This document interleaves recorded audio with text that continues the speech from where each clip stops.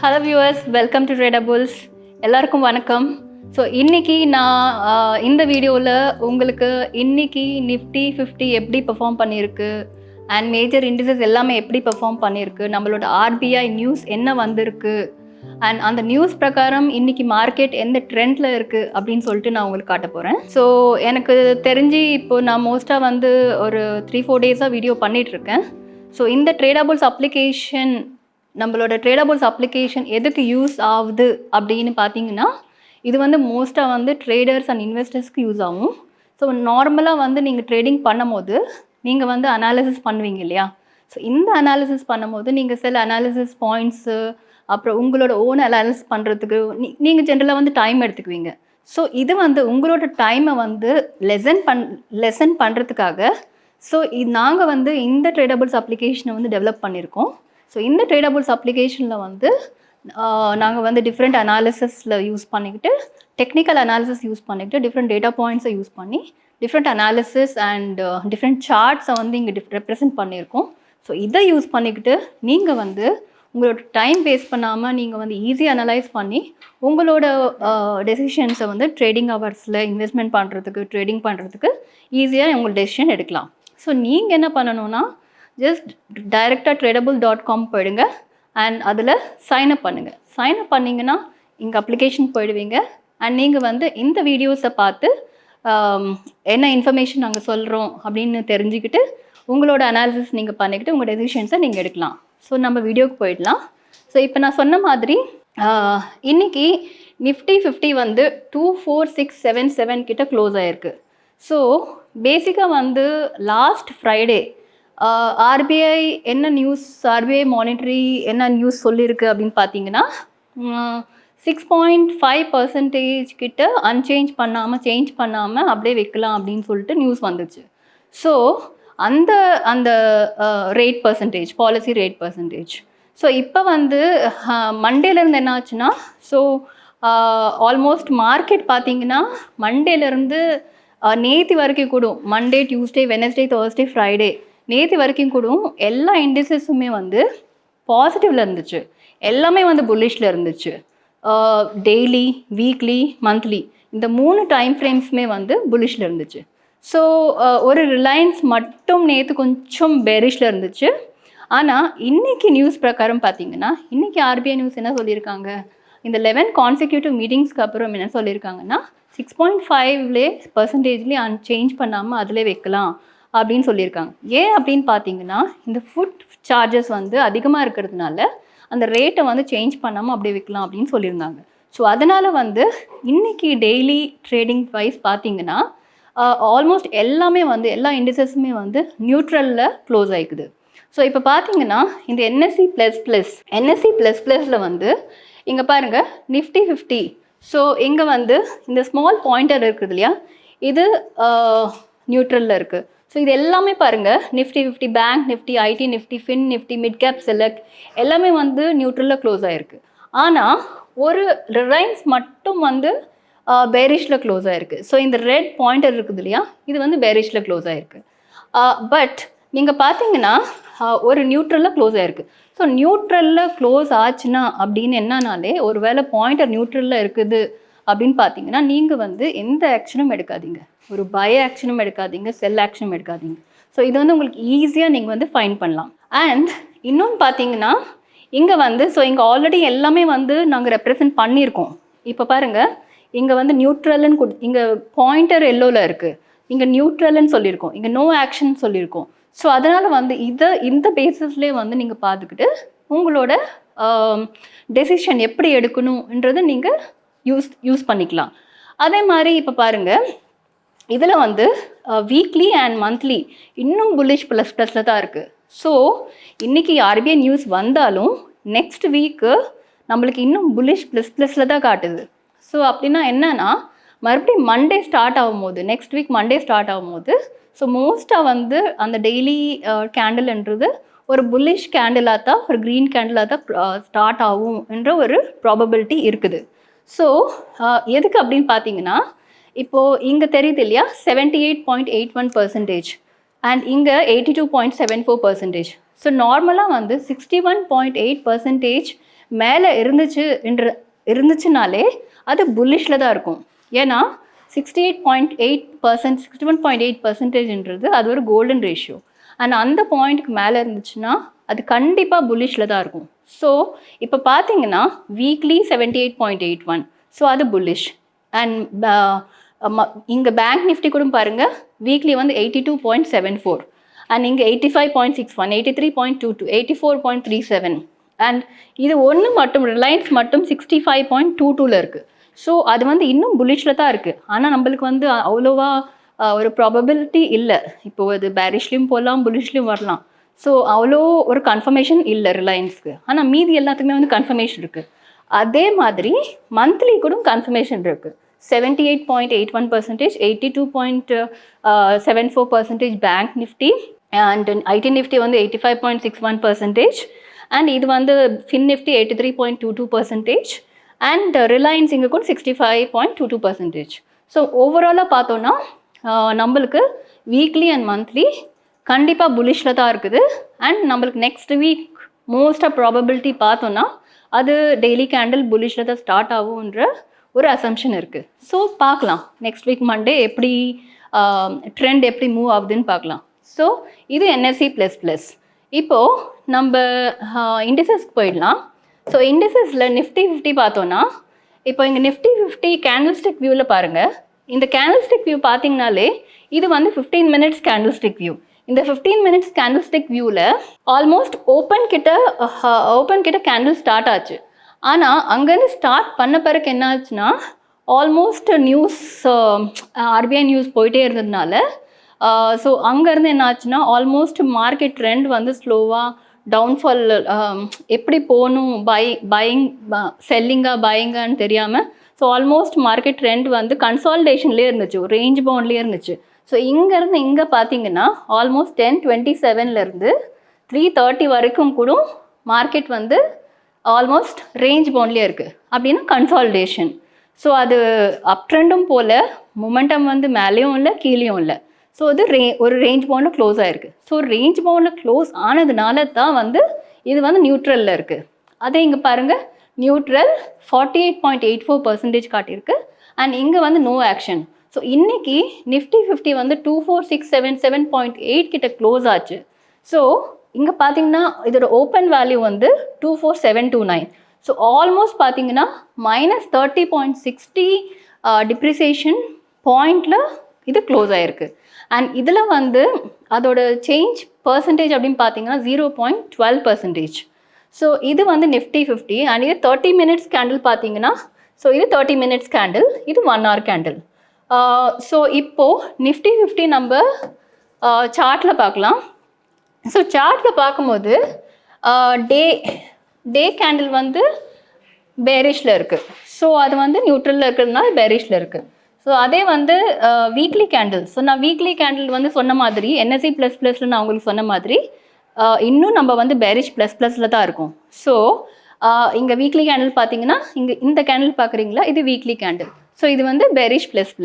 So இது வந்து green candle. அதே மாதிரி இப்போது மந்த் பார்த்தீங்கன்னா மந்த்லி கேண்டில் கூட க்ரீன் கேண்டில் தான் இருக்குது. அதே மாதிரி பேங்க் நிஃப்டி கூட சேம். பேங்க் நிஃப்டி கூட நீங்கள் பார்த்தீங்கன்னா monthly green candle and weekly கூட க்ரீன் கேண்டில் தான் ஷோ ஆகுது. அதே மாதிரி நிஃப்டி ஐடி கூட பாருங்கள், இது கூட க்ரீன் கேண்டில். அதே மாதிரி ரிலையன்ஸ் பார்த்தீங்கன்னா ரிலையன்ஸ் கொஞ்சம் பேரிஷில் இருக்குது. ஸோ இது வந்து டெய்லி வந்து பேரிஷில் இருக்குது. ஆனால் வீக்லி பார்த்தோன்னா வீக்லி இன்னும் புல்லிஷில் தான் இருக்குது. அதே மாதிரி மந்த்லி கூட புல்லிஷில் தான் இருக்குது. ஸோ இது வந்து மேஜர் இண்டிசஸ். அதே மாதிரி இன்றைக்கி பெஸ்ட் பெர்ஃபார்மர் அப்படின்னு பார்த்தோன்னா, ஸோ மேஜர் பெர்ஃபார்மர் அப்படின்னு பார்த்தோன்னா வேதாந்தல் கம்பெனி வந்து ஒரு ஸ்டாக் வந்து மேஜராக பெர்ஃபார்ம் பண்ணியிருக்கு. ஸோ இன்றைக்கி பார்த்தீங்கன்னா இதோட கேண்டில்ஸ்டிக் வியூ பாருங்கள், ஆல்மோஸ்ட் இட் ஹேஸ் ரொம்ப பெரிய கேண்டில் ஃபார்ம் ஆகிருக்கு. ஸோ இது வந்து இன்வெஸ்ட்மெண்ட் பண்ணுறதுக்கு ரொம்ப ஒரு நல்ல ஸ்டாக்கு. ஸோ இது கண்டிப்பாக இன்வெஸ்டர்ஸு நீங்கள் வந்து வாட்ச் லிஸ்ட்டில் ஆட் பண்ணிக்கலாம் இந்த கம்பெனி. ஸோ மோஸ்ட்டாக வந்து இது இன்க்ரீஸ் ஆகிற சான்சஸ் இருக்குது. ஏன்னா ஆல்ரெடி இது வந்து டாப் பொசிஷனில் வந்திருக்கு இன்றைக்கி. ஸோ நீங்கள் வந்து இது வாட்ச் லிஸ்ட்டில் நீங்கள் ஆட் பண்ணிக்கலாம். ஸோ இது வந்து ஒரு அனாலிசிஸ். அண்ட் இதில் வந்து பார்த்தீங்கன்னா இப்போது நிஃப்டி 50 எடுத்துக்கலாம். ஸோ நிஃப்டி 50ல் வந்து என்ன க்ளோஸ் ஆகிருக்கு, 24677 கிட்ட க்ளோஸ் ஆகிருக்கு இல்லையா. ஸோ இதே ட்ரேடர் வியூக்கு போயிடலாம். ஸோ எப்படி இது வந்து ரெஸ்பெக்ட் பண்ணியிருக்கு நம்மளோட வேல்யூஸு அப்படின்னு பார்க்கலாம். ஸோ இது வந்து 24677 கிட்ட இருக்குது. ஸோ 24677 கிட்ட இருக்குதுன்னா நம்ம ஃபிபனாசி ரீட்ரேஸ்மெண்ட் அண்ட் எக்ஸ்டென்ஷன்ஸை பார்த்தோன்னா ஸோ இந்த வேல்யூ வந்து almost in between of 61.8 to 78.6 நடுவில் இருக்குது. ஸோ மோஸ்ட்டாக வந்து நெக்ஸ்ட் வீக் மண்டே ஸ்டார்ட் ஆகும்போது கண்டிப்பாக அது வந்து அங்கே சப்போர்ட் எடுத்துக்கிட்டு கண்டிப்பாக அது அப்வர்ட் போகிற சான்சஸ் தான் இருக்குது. ஏன்னா ஆல்ரெடி இது வந்து 61.8ன்றது கோல்டன் ரேஷியோ, அதே மாதிரி 38.2ன்றது கோல்டன் ரேஷியோ. 0லேருந்து 100% நடுவில் இருந்துச்சுன்னா கண்டிப்பாக இது 0% மேலே தாண்டிடுச்சுன்னா அது வந்து இந்த எய்தர் 38.2% கிட்ட சப்போர்ட் எடுத்துக்கிட்டு மேலே போகலாம், இல்லைனா 68.8க்கு சப்போர்ட் எடுத்துக்கிட்டு மேலே போகலாம். ஒரு வேளை கீழே வந்தாலும் அந்த பர்டிகுலர் பாயிண்ட் கிட்ட வந்து அது சப்போர்ட் எடுத்துக்கிட்டு மேலே போகிற சான்சஸ் இருக்குது. இது வந்து ஃபிபனாசி ரீட்ரேஸ்மெண்ட் பிரகாரம். அதே மாதிரி கேன் அனாலிசிஸ் பார்த்தோன்னா கேன் அனாலிசிஸில் வந்து இன்றைக்கி மார்க்கெட் வேல்யூ என்னது க்ளோஸ் ஆகிருக்கு 24677 இல்லையா. ஸோ 24677னா -45 டிகிரிக்கும் 0 டிகிரிக்கு நடுவில் க்ளோஸ் ஆகிருக்கு. ஓகே, ஸோ இது நடுவில் க்ளோஸ் ஆனதுனால இங்கேருந்து அது வந்து சப்போர்ட் எடுத்துக்கிட்டு மேலே போகிற சான்சஸ் இருக்குது.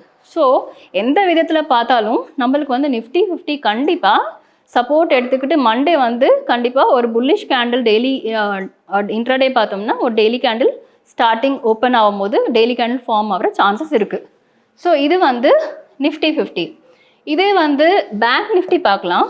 பேங்க் நிஃப்டி வந்து 53,509 கிட்ட க்ளோஸ் ஆகிருக்கு. ஸோ இது வந்து ஆல்மோஸ்ட் -94.05 டிப்ரிசியேஷன் பாயிண்ட் வந்துக்குது.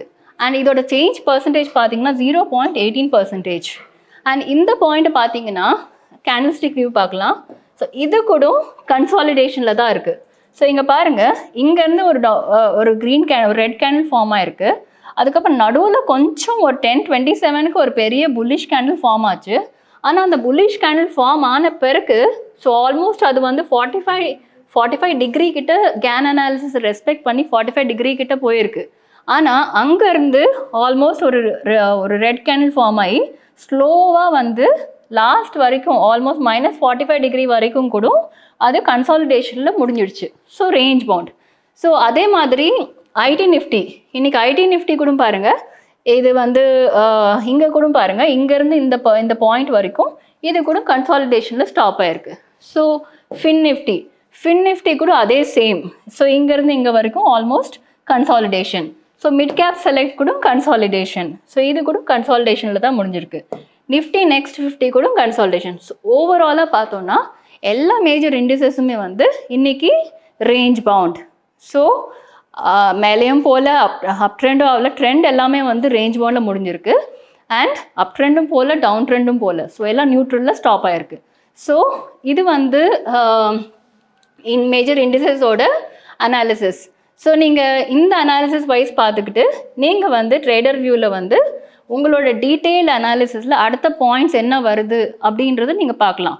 ஸோ நான் பழைய வீடியோஸில் சொன்ன மாதிரி எக்ஸ்பர்ட் வியூவில் நம்ம புது ஃபீச்சர் என்னது அப்படின்னு பார்த்தீங்கன்னா பெஸ்ட் ஃபேர் வேல்யூ.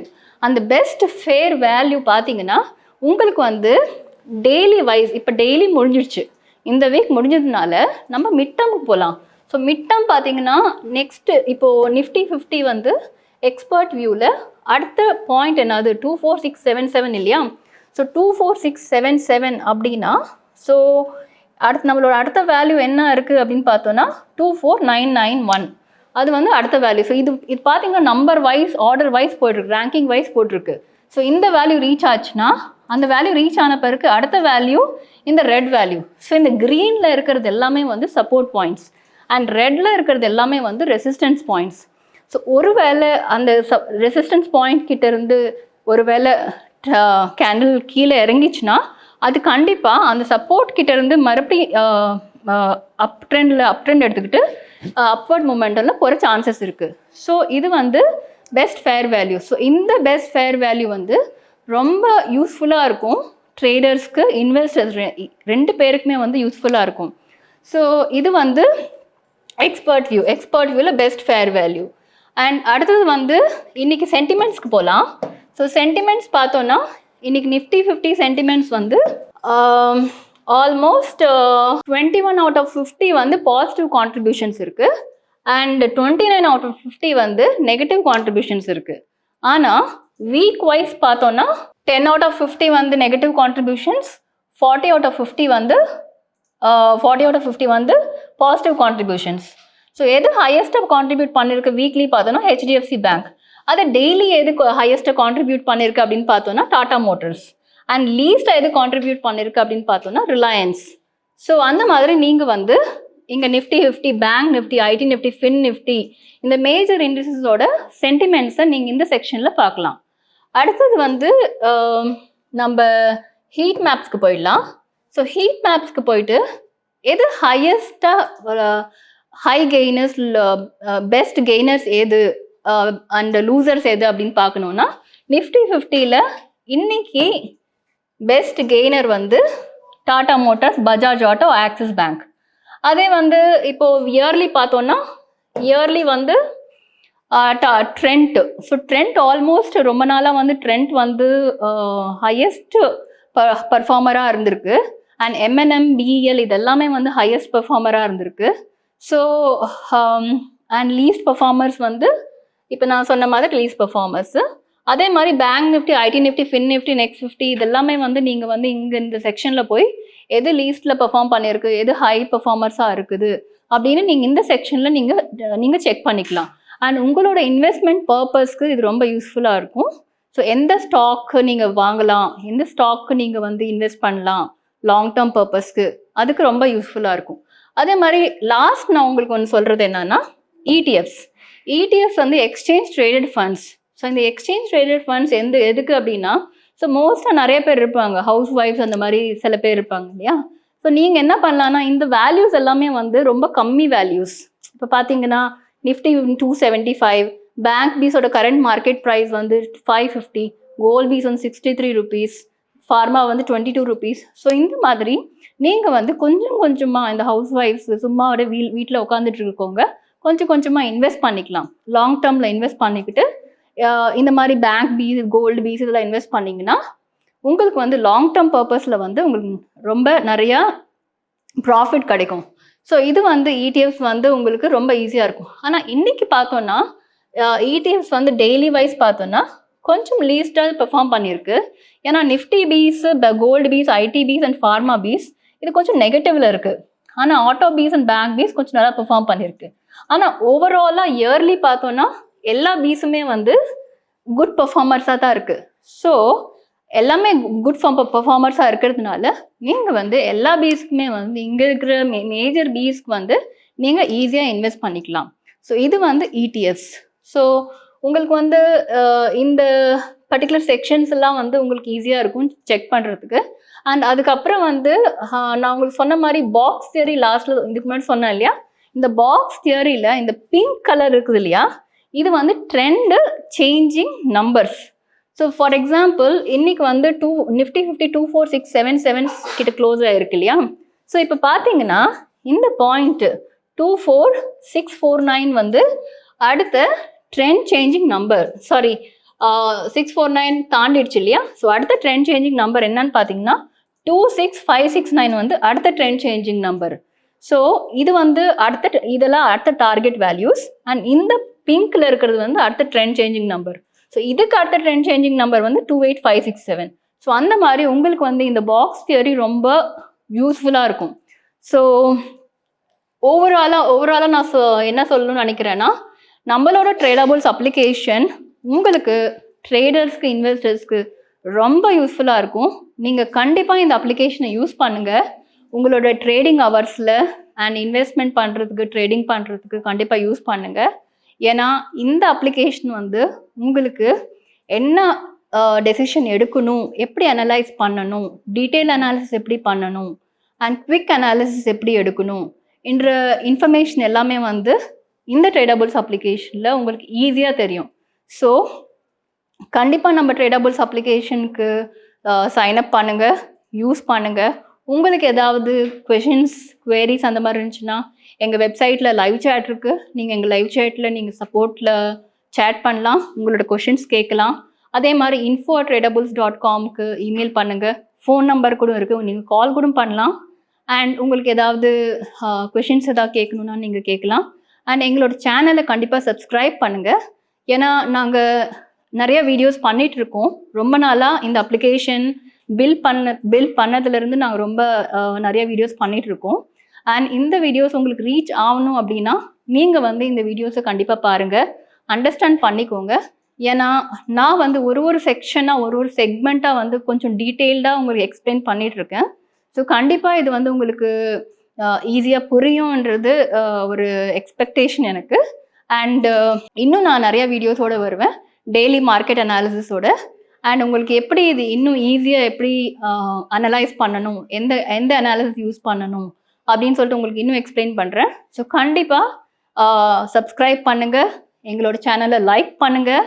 அண்ட் ஏதாவது காமெண்ட்ஸ் இருந்துச்சுன்னா, ஃபீட்பேக் காமெண்ட்ஸ் ஏதாவது நீங்கள் கொஷின்ஸ் எதாவது இருந்துச்சுன்னா கண்டிப்பாக ஆட் பண்ணுங்கள். நாங்கள் வந்து அதுக்கு ரிப்ளை பண்ணுறோம். ஸோ என்னோடய வீடியோ வந்து உங்களுக்கு ஈஸியாக புரிஞ்சிருக்கும்னு நினைக்கிறேன். அடுத்த வீடியோவில் நான் கண்டிப்பாக உங்களை சந்திக்கிறேன். தேங்க்யூ.